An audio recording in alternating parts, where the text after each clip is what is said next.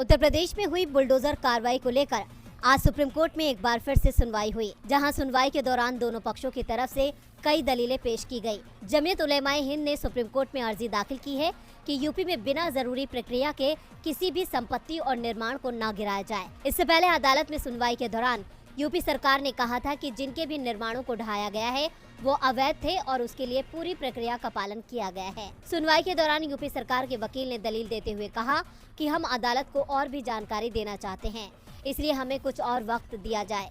इसके बाद supreme court ने अगली सुनवाई के लिए 13 जुलाई की तारीख तय कर दी है। अगली तारीख के लिए आवेदक की तरफ से पेश वकील नित्या रामकृष्णन ने सॉलिसिटर जनरल तुषार मेहता की मांग का विरोध नहीं किया, इसलिए पीठ ने मामले की सुनवाई 13 जुलाई तक के लिए टाल दी है। याचिकाकर्ता ने इससे पहले दायर एक याचिका में जहांगीरपुरी इलाके में उत्तरी दिल्ली नगर निगमों की गई कार्रवाई को चुनौती देने वाली याचिका दायर की थी। आपको बता दें कि इससे पहले हुई सुनवाई में सुप्रीम कोर्ट ने योगी सरकार को निर्देश देते हुए कहा था कि अनधिकृत निर्माण को हटाने में कानून की प्रक्रिया का सख्ती से पालन हो।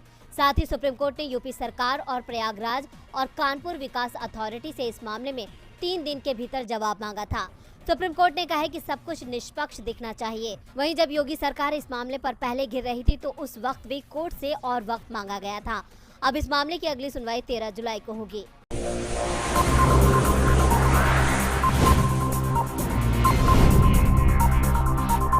एमएलसी चुनाव के नतीजे आने के बाद से महाराष्ट्र में सियासी घमासान मचा हुआ है और हर दिन नए नए ट्विस्ट आ रहे हैं। एक तरफ शिवसेना है तो एक तरफ शिवसेना से बगावत करने वाले एकनाथ शिंदे और बागी विधायक। दो लोगों की इस लड़ाई में बीजेपी मलाई खाने की कोशिश में लगी हुई है। हालांकि शिवसेना का आरोप है कि ये सब बीजेपी की ही साजिश है और उसी ने अपने जाल में विधायकों को फंसा लिया है, लेकिन बीजेपी और शिंदे इन सभी आरोपों को खारिज करते हैं। वहीं इस पूरे मामले में जिस तरह से शिंदे को बीजेपी की मदद मिल रही है वो साफ करती है कि ये पूरा गेम बीजेपी का है, शिंदे तो बस एक मोहरा है।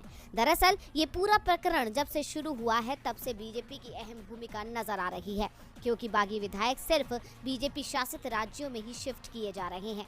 महाराष्ट्र से निकलकर सबसे पहले विधायक गुजरात के सूरत में ले जाए गए और उसके बाद असम के गुवाहाटी में शिफ्ट किए गए और अब विधायकों को गोवा में शिफ्ट किया जा रहा है और ये तीनों ही राज्य बीजेपी शासित राज्य हैं। इसके अलावा केंद्र की तरफ से 15 विधायकों को दी गई Y+ सुरक्षा भी इसी तरफ इशारा करती है। लेकिन इस शिफ्टिंग के कार्यक्रम में एक सवाल ये भी है कि ये शिफ्टिंग क्यों चल रही है? क्या शिंदे और बीजेपी को कोई डर है? तो बता दें कि ये एक राज्य से दूसरे राज्यों में हो रही विधायकों की शिफ्टिंग इस तरफ इशारा करती है कि बीजेपी और शिंदे को बागी विधायकों के वापस जाने का डर सता रहा है, क्योंकि शिवसेना की तरफ से लगातार दावा किया जा रहा है कि 18 से 20 विधायक उनके संपर्क में हैं और वापसी करना चाहते हैं। इन्हीं दावों के चलते शिंदे और बीजेपी डरी हुई है और बीजेपी शासित राज्यों में डेरा जमाए हुए हैं और विधायकों पे नजर रखी जा रही है, क्योंकि बीजेपी शासित राज्यों में उनके इशारे के बिना पत्ता भी नहीं हिल सकता।